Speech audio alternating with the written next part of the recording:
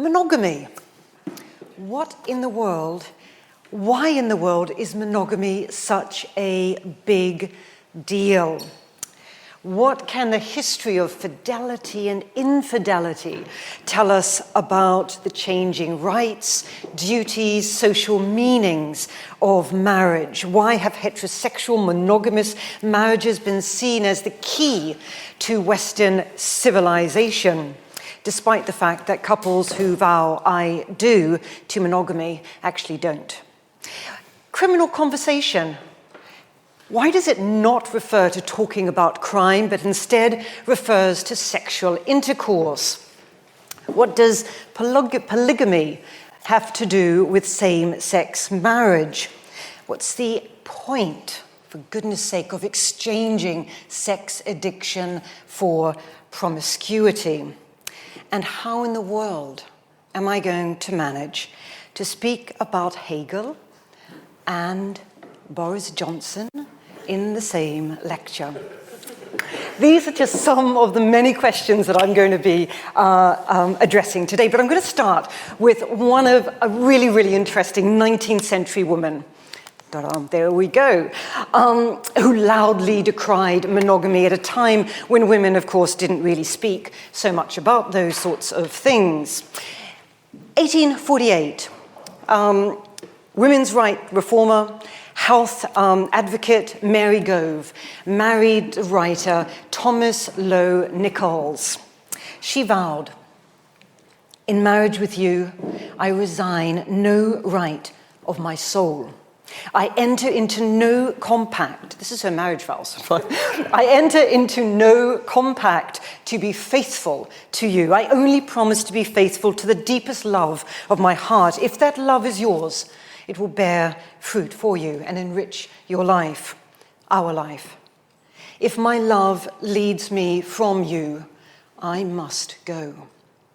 Mary Gove Nichols aligned monogamy with what she called marital slavery. Alongside her husband, she traveled all around the US, preaching a gospel of female well-being, dietary and dress reform, celibacy, and free love. She only married, you may ask, why in the world did she marry? She only married in order to be able to travel with her lover without being arrested under fornication or lewdness laws. The couple wrote books and articles together. The most important one, I think anyway, is simply entitled Marriage, Its History, Character and Results, 1854, which attacked monogamy. And they published a periodical that attracted 20,000 subscribers, which is a lot for this period. Mary Gove Nichols' semi-autobiographical Mary Linden, Revelations of a Life, came out in 1855, scandalized society. Indeed, she was to become the most influential advocate of free love in mid-19th century America. Throughout the 1840s and 1850s, she argued compellingly that women had a right to say no to husbands and a right to say yes to intercourse outside of marriage. She believed that women had a right of self-ownership, and if this meant that she chooses 7 babes by 7 men, then what business is it of anyone else's? For her, love was quite simply a religion, and therefore outside the authority of the state. This was heady stuff, as you can imagine, for mid-19th century America. Even the most progressive feminists of the time, and she identified very strongly with these feminists, but even the most progressive ones considered her views just too extreme, and they shunned her company to her great distress. So what is it about monogamy that just generates such heated responses? Even today, 89% of Americans believe it is morally wrong for a married person to have sex with someone who is not their spouse.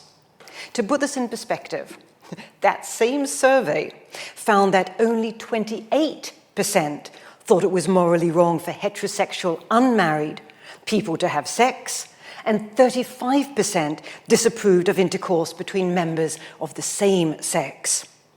So here's the real point here. Americans today abhor marital infidelity even more than they dislike abortion, pornography, remember the lecture last time? Cloning, and even polygamy.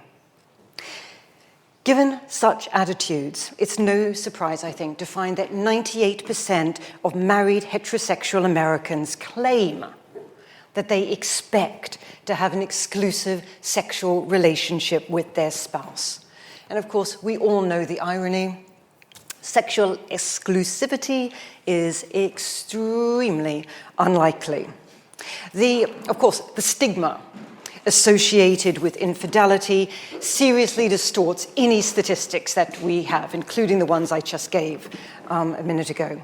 But the best statistics that we have show that 1 in every 8 married women and nearly 1 in every 4 married men, heterosexual, are unfaithful. Isn't that an interesting term? Unfaithful at some point in their marriage. Other estimates suggest that marital infidelity is actually closer to 60%. The performative vow of "I do" at a wedding ceremony is no guarantee that the play will end with the same protagonists.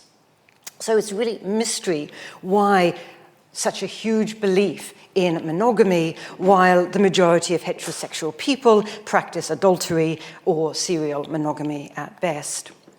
The insistence against the odds of monogamy within heterosexual marriage is even more striking if we consider that just over 1/6 of cultures around the world are polygamous. These are mainly in the Middle East, Asia, and Africa. For example, between 10 and 20% of all households in Saudi Arabia and Yemen practice polygamy. And so, as do almost 1/3 of households in many African countries, such as Senegal and Tanzania. Now, in contrast to this, 120 cultures in the world either ban or do not recognize polygamy. For more than 2,500 years, legal systems in the West have been founded on this monogamous family. In these regions, the cost of adultery has been high. 11th century England, a female adulteress could be mutilated by having her nose or her ears cut off. 17th century, there are times when it warranted the death penalty. Prior to 1857, ecclesiastical courts could require offenders to do public penance draped in a white sheet. In England, prosecutions for adultery only ended in 1970. Today, 38 states in the US have laws concerning adultery. It is a crime in 40% of states, and it's a ground for divorce in nearly 2/3. In some states, adulterous spouses forfeit inheritance rights. They get a smaller share of the marital property. They lose custody of their children, and they are refused rights to adopt. Courts have even upheld the rights of employers to fire employees who have strayed, and have allowed landlords to discriminate against fornicators. The paramour of an adulterous partner may also be punished by being served, this is today, by being served with a tort suit for recovery of damages. These so-called heart balm actions are hoped to soothe the offended spouse's broken heart. So in other words, the state continues to penalize private and consensual sexual relations between a married person and someone other than their spouse. Now, the seriousness with which monogamy is held can also be seen by the fact that a single act of infidelity could be grounds for dissolving an entire marriage. Not surprisingly, of course, there are strong gender disparities. In the West, divorce law rested on Emperor Constantine's constitution, which stated that a husband could divorce his wife if she was an adulteress, a poisoner, or a conspirator, while a wife could only divorce her husband if he was a murderer, a prisoner, or a defiler of graves. A husband's adultery, therefore, was not considered a serious enough blow to a marriage to warrant its termination, unlike a wife's adultery. A wife's monogamy was essential to protect the husband's property. The double standard of sexual morality was, of course, explained in terms of the need for confidence over the paternity of any offspring, whom the father would be expected to support financially. But it was mainly due to the principle of coverture, which ruled that, once married, a woman's very being or legal existence passed to her husband. A husband's entitlements included the rights to conjugal affection. Sounds better than it is. Conjugal affection. The wife who was not monogamous, therefore, breached her property contract created by their marriage. A wife was allowed to cite her husband's adultery as grounds for divorce, but she was still required to add an additional fault as well. So, example, not only adultery, but also cruelty. Even when no-fault divorces started to be allowed in the 1970s, the costs to a wife accusing her husband of non-monogamous behavior or being accused herself was much higher for the wife than for the husband. Accusing a husband could be financially disastrous. Being accused, socially damaging. So, adultery legislation was not the only way that law enforced monogamy. A husband could seek damages from his wife's paramour. Criminal conversation, as it was called, conversation meaning sexual intercourse, was used by husbands to punish their wife's lover. It tells us, I think, a great deal about rights and gender disparities to note that criminal conversation was also used by husbands to recover damages from the wife's rapist. Whether consensual or forced, the wife's services, companionship, sexuality, and body were the property of the husband. In the words of the Supreme Court of New Hampshire, 1916, a husband was entitled to the whole of his wife's marital affection and to the whole of such society and comfort as her physical state and mental attitude render her capable of affording him. He who steals any substantial part of that affection or disables her physically or mentally from rendering such aid and comfort is guilty of an infringement of the husband's rights and should be required to make compensation. Or in the more pithy words of a 1904 case that went to the US Supreme Court, a husband had a property right to his wife's body, and this right was of the highest kind, upon the thorough maintenance of which the whole social order rests. Now, these legal understandings of the respective rights and duties of husbands and wives changed very slowly. Starting in the late 19th century, leading judges and jurists began allowing the argument that a wife also had an exclusive right over her husband's sexed body. Legally, marriage was no longer a rigidly hierarchical arrangement in which the wife's body was the property of the husband, but an institution founded on reciprocal, emotional companionship. A wife, therefore, was entitled to her husband's society and companionship, So if the husband's sexual relations with another person denied her these rights. When that happened, she was entitled to undertake legal proceedings for adultery on the grounds that his affair led to abandonment, loss of support, or alienation of affection. Now, it's really important to note here that this is not the same thing as criminal conversation, since unlike husbands, a wife could not claim that the person of her husband was her property. This meant that she could not sue her husband's paramour for damages based on the grounds that the affair caused a loss of consortium under the common law.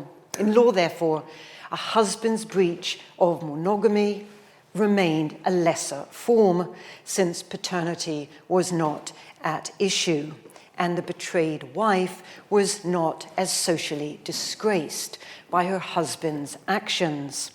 As one attorney explained, the word cuckold is one of the most disgraceful epithets that can be applied to a husband, and the fact there is no corresponding word to apply to the wife meant that the harm to the wife was less.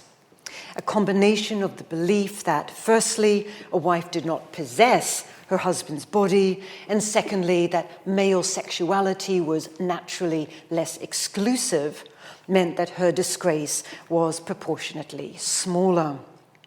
But there was another reason why a woman could not sue for abandonment. Another reason women could sue for abandonment, loss of support, or alienation of affection, but not criminal conversation. And that is that the husband's paramour was considered as having less agency. She might also be the victim of male lusts. Requiring the female paramour to pay for damages was therefore unfair, since it was often assumed that the seducer must have been the husband. It was a view of course, female sexuality as sort of inherently passive, fundamentally passive. When, from the early 20th century, courts began to allow betrayed wives to take action for criminal conversation, they did this not on the grounds that a wife had property rights over her husband's person, but on the grounds that infidelity harmed the emotional contract of marriage. As historian Kimberly Riley explains, when courts recognized wives' claims to the consortium of their mates, they did more than acknowledge the growing centrality of mutual affection to the marriage bond. Rather, they conceptualized marital companionship itself as the property of wives no less than husbands. It was the result of increased emphasis on sexual compatibility and mutual exclusivity. In Riley's words, monogamy was more than an abstract moral standard. It was an obligation emerging from the marriage relation that formed the emotional core of the union. Therefore, it was legitimately within the law's reach. So I think it tells us a great deal about the increasing fusing of emotional and sexual components of marriage. By allowing wives to sue for criminal conversation, the courts were doing much more than simply acknowledging the emotional suffering of the wronged wife. They were also holding the paramour of the adulterous partner responsible for emotional harm. Monogamy has had to be mutual. So far in this talk, I've explored some of the ways that marital fidelity and infidelity have structured marriage, been central to divorce law, created hierarchies of power and authority, centering on the question of property rights over the sexed bodies of spouse. These were some of the debates that Mary Goves Nichols, at the very beginning, was railing against when she argued that a wife had a right of self-ownership and the state should not intervene. But I now want to just change tack and take these arguments about monogamy to a more elevated level. After all, monogamy is concerned with much, much, much, much more than individual marriages with their concessions, compromises, discontents, disappointments. The monogamous marriage is both the subject and the product of politics at the highest abstract level.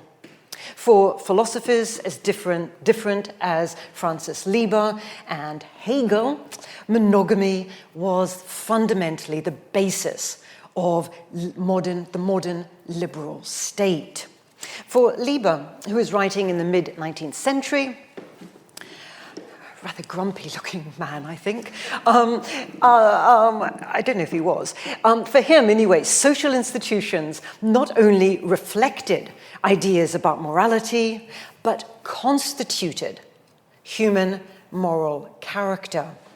He argued that the family was the most important social institution because it was the unit within which children were taught the central principles on which the state itself actually rested. Within liberal societies, the heterosexual, monogamous family promoted reciprocal dependency, and by emphasizing the higher notions of love rather than base sexual desire, both initiated and maintained mutuality and altruism. These traits were necessary for the development and stability of the liberal state. In contrast, Lieber contended polygamous societies promoted selfishness, sexual lust, and by denying women the exclusive attention of their husbands, undermined their true vocation as homemakers and mothers. In short, monogamous households created liberal democratic states. Polygamous ones inevitably led towards a politics that was tyrannical and patriarchal. Now, Hegel's arguments were much more developed, much more intricate than Lieber's. In Philosophy of Right, 1821, Hegel argued that the liberal state and monogamous marriages were inseparable. Monogamy was, he wrote, one of the principles on which the ethical life of a country depends most absolutely.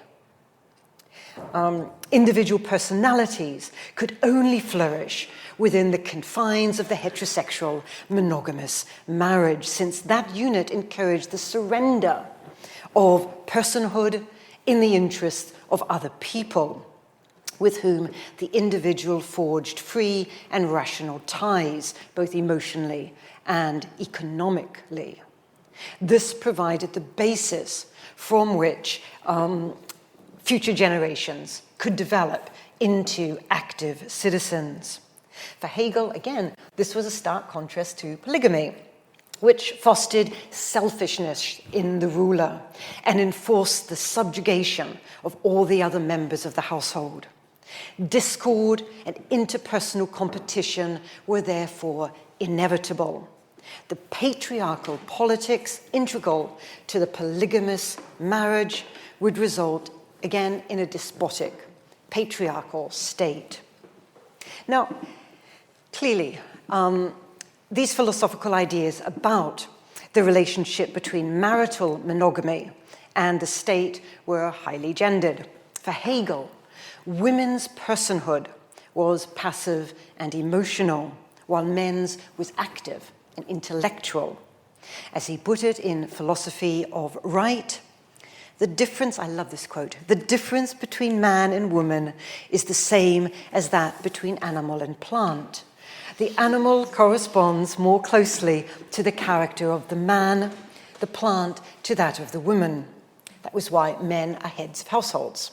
He believed that if women, quote, if women were to control the government, the state would be in danger, for they do not act according to the dictates of universality, but are influenced by accidental inclinations and opinions.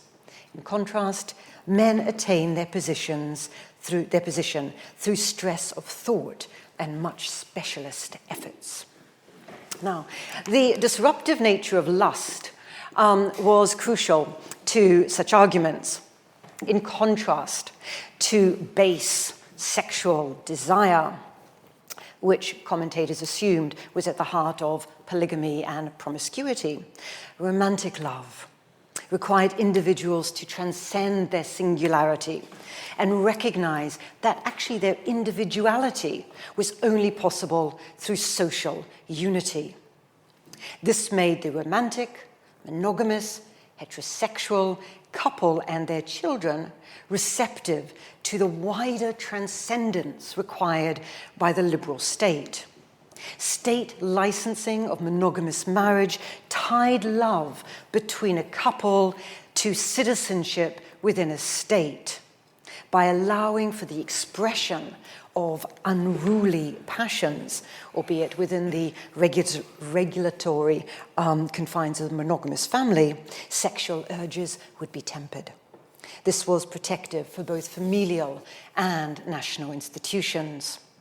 And just as a footnote here, for those of you who want the psychoanalytical thing, the psychoanalytical twist was given to this argument by Freud, of course, when he insisted that the suppression or inhibition of the two innate drives, aggression and sex, was central to the maintenance of civilization.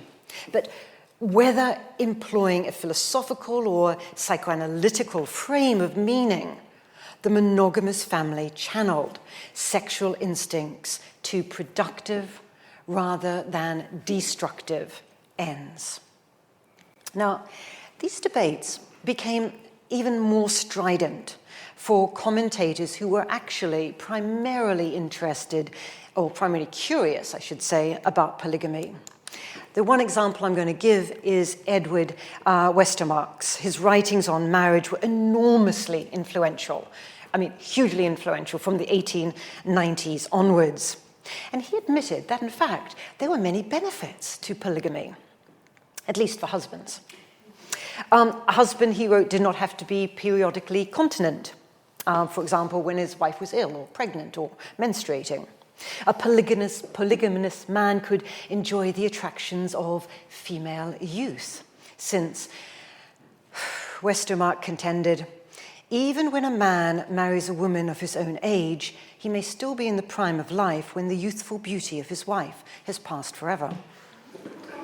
Polygamy also indulged man's taste for variety, his desire for offspring and wealth, and his disdain for housework.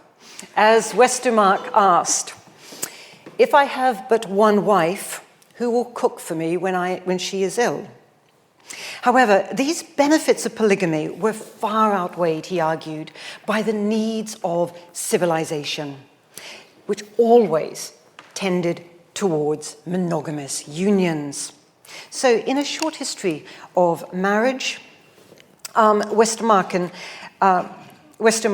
insisted that the sentiment of love has become more refined and, in consequence, more enduring. To a cultivated mind, youth and beauty are by no means the only attractions of a woman. And besides, civilization has given female beauty a new lease of life. The feelings of the weaker sex are held in greater regard, and the causes which may make polygamy desired no longer exist.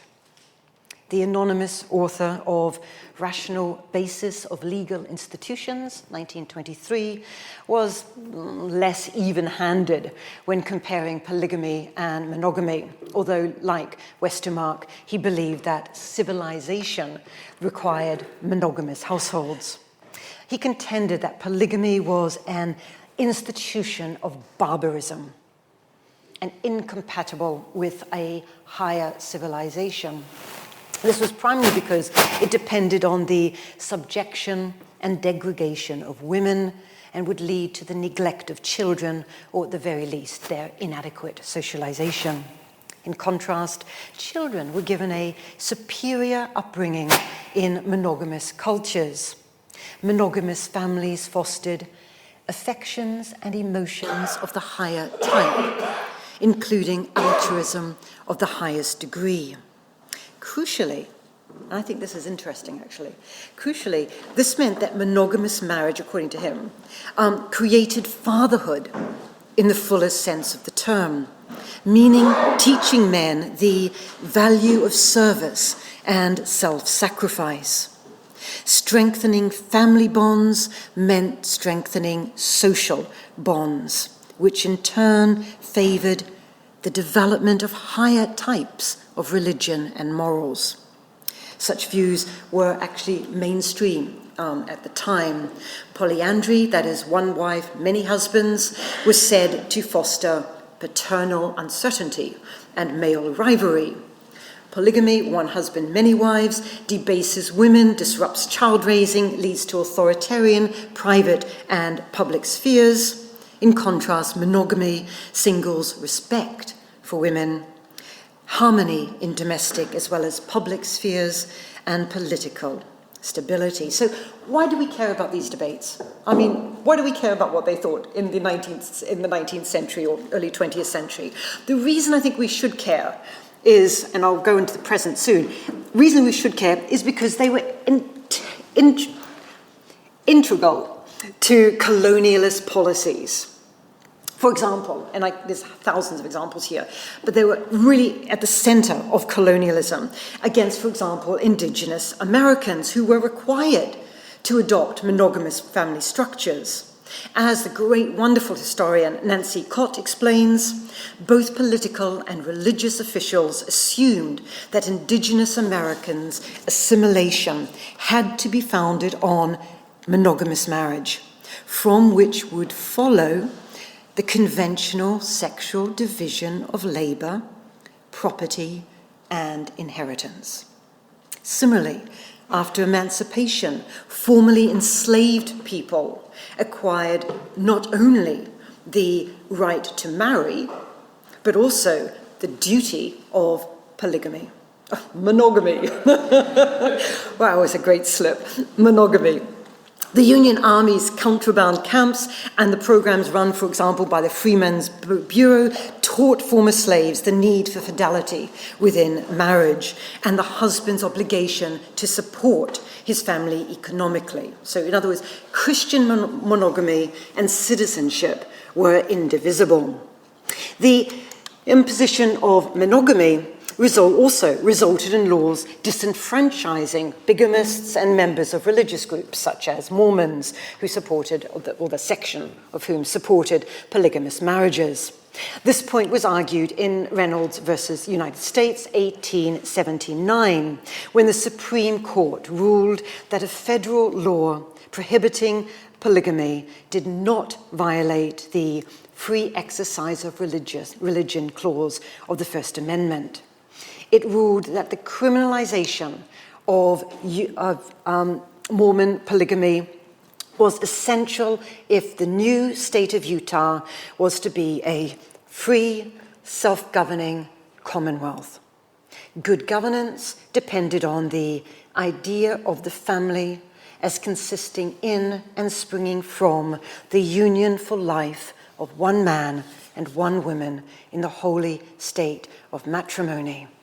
This was, the ruling read, the sure foundation of all that is stable and noble in our civilization, the best guarantee of that reverent morality which is the source of all beneficial progress in social and political improvements. The other reason we should be interested in these debates is that such discussions continue today. Concerns about the debates, about the dangers posed by polygamy to personal as well as political stability and liberal governance have been employed by homophobes, opposing gay relationships and same-sex marriages. Most famously, Senator Rick Santorum, 2003, saying, "If the Supreme Court says that you have the right to consensual gay sex within your home, then you have the right to bigamy, you have the right to polygamy, you have the right to incest, you have the right to adultery." Or, in the words of the Defense of Marriage Act, 1996, same-sex marriage would lead to the legalization of bestiality, pedophilia, and incest. These opponents of homosexuality were emboldened by the AIDS crisis because non-polygamy or promiscuity was identified as a key vector of HIV infection.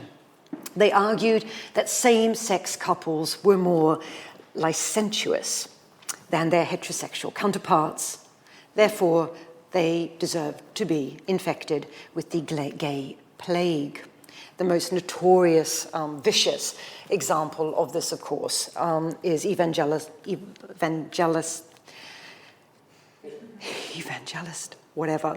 Pat Robinson, when he quipped, "AIDS is God's way of weeding his garden." But even liberal commentators made a distinction between monogamous homosexual relationships, good, and promiscuous ones, bad. As historian Matt Cook, based at Birkbeck, argues, gay men who embraced the respectability associated with coupledom and monogamy were increasingly accepted.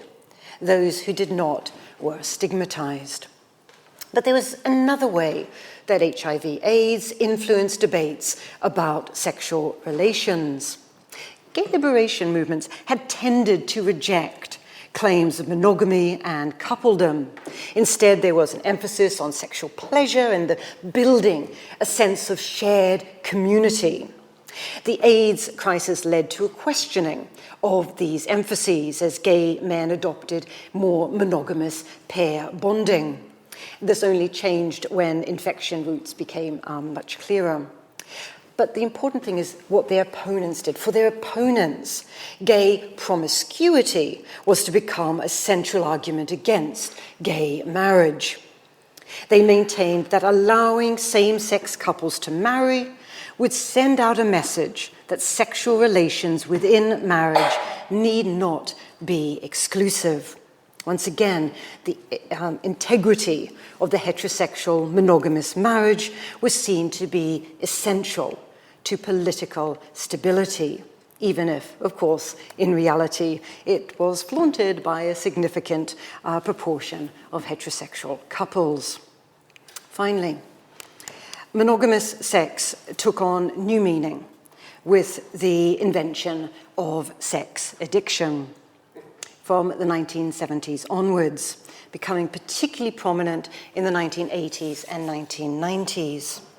While non-monogamous sex remained a problem due to the way it breached moral codes, such behavior was increasingly refracted through a medicalized framework. And it was no minor affliction. The most common estimates that we have, again, there's problems with the stats that we can talk about, said that sex addiction afflicts around 10% of Americans. Now, of course, this was not the first time that men and women who had obsessional urges to engage in sex with as many people as possible had been medicalized. I explore the historical arguments of this in an earlier lecture, and I can see a couple of people in the room at least who were at that lecture. Lecture I gave here in a different series, Exploring the Body series. It was a lecture on the history of the clitoris and the penis. It's online, and you can get the transcript as well from the Gresham website. But I'm just going to do a couple of sentences because you can see it there. But basically, in the earlier period, sexually, this was meant, if I'm boring you to tears, I thought I would. In the earlier period, sexually voracious women were diagnosed with nymphomania, and attempts were made to calm their engorged or irritated clitorises. Treatment included everything from a vegetarian diet and cold baths to clitorectomies. The male equivalent of this was satiriasis, named after the half-man, half-beast Greek satyr. This affliction was widely believed to be a real problem in Victorian society. It was blamed on, this modern man who lacks willpower, moral willpower. Forensic physician Tardieu famously contended that the erotic delirium of these sufferers puts every woman at risk. Or as the physician, famous 19th century physician, William Acton explained, it was accompanied by a maniacal sensuality that is one of the most awful visitations to which humanity can be subject. But this historical thing, what we get from the 1970s onwards, the sex addiction of the 1970s onwards, is actually a very different beast. It started as a grassroots self-help movement in 1977 with the establishment of Sex and Love Addicts Anonymous, now called the Augustine Fellowship, and is now treated by medical health practitioners as an established sort of mental disorder. The Sexual Dependency Unit at Golden Valley Health Center, which established the first inpatient program for sex addicts, 1985 in Minneapolis, defines sex addicts as people who engage in obsessive compulsive sexual behavior that causes severe stress to addicted individuals and their families. Central to being diagnosed was the idea of largely male suffering. In the words of an Insight on the News article, 1998, President Bill Clinton's sex addiction was the result of being abandoned by his mother and having an alcoholic stepfather. The author claimed that Clinton turned to sex to disguise his pain. The sex addict uses sex to deaden and avoid psychological pain and conflict. So, in other words, this disorder was no longer a matter of sin. It was no longer a matter of degeneration, racial degeneration, human degeneration, as it's in the earlier incarnation, but a disruption in the regulatory mechanisms in the brain. What used to be morally inexcusable behavior was turned into an illness to be treated. Since it was a physiological infliction, independent of a sufferer's willpower, it was also psychologically excusable. So the question I was asking myself here is, how did the fairly unexceptional practice of having sex with multiple people who are not your partner come to be described in this literature as a devastating disease, a form of insanity? The invention or discovery of hypersexual behavior disorder was part of a response to a conservative trend in the 1970s that identified the source of a huge range of societal problems, from crime to AIDS, in terms of a decline in sexual self-control. Promiscuity, pornography, sex work, gay liberation became the kind of central targets. As we have seen in previous lectures, in this series at least, radical feminists also engaged in these debates, deploring male sex addicts for their casual victimization of women and accusing female sex addicts of false consciousness or self-harming behaviors. At the heart of all these arguments are the virtues of monogamy. Sexaholics Anonymous informs its readers, and by the way, these are not unusual quotes within the literature. Sexaholic Anonymous informs its members that any form of sex with oneself or with partners other than the spouse is progressively addictive and destructive. For the married sexaholic, sexual sobriety means having sex only with the spouse, including no forms of sex with oneself. For the unmarried, freedom from sex of any kind. For all, progressive victory over lust. In other words, even sexual fantasies and masturbation are dangerous, and for married men and women, a form of infidelity. Sin is in the mind as well as in the flesh. A sharp distinction then is made between good sex, that is, heterosexual monogamous intercourse with a spouse, and bad sex, promiscuous, fantasy-driven, queer. Okay, in conclusion, what does this brief sweep through the history of monogamy tell us about what married people expect from their partners? It exposes the double standard of sexual morality of the 19th century to the present, for example, in which the monogamy of wives was much more important than that of husbands. It traces the increasing importance of emotional exclusivity within marriage. And in recent decades, this has spread to virtual realms. For example, an ABC poll, 2004, found that over 40% of women and 1/4 of men believe that visiting a pornographic website is incompatible with a monogamous relationship. In 2009, one third of divorces were blamed on virtual infidelity. This emphasis on emotional intimacy between couples changes the very meaning of monogamy, drawing attention away from straying sex organs towards fickle hearts. Its history, I think, reminds us of the huge societal investment in monogamy. It's been central to ideas about property, both human property, is the wife body hers, or is it subsumed under her husband's, and material property, how are assets distributed after divorce. The history of monogamy also draws attention to conflicts between laws and ideals and actual practices. Presidents and politicians can be loudly heard condemning the polygamous practices of certain immigrant groups, while a blind eye is turned to the serially adulterous practices of, for example, world leaders Mitterrand, Roosevelt, Bill Clinton, and Boris Johnson, as well as a sizable minority of its own citizens. Now, the future of monogamy is less certain.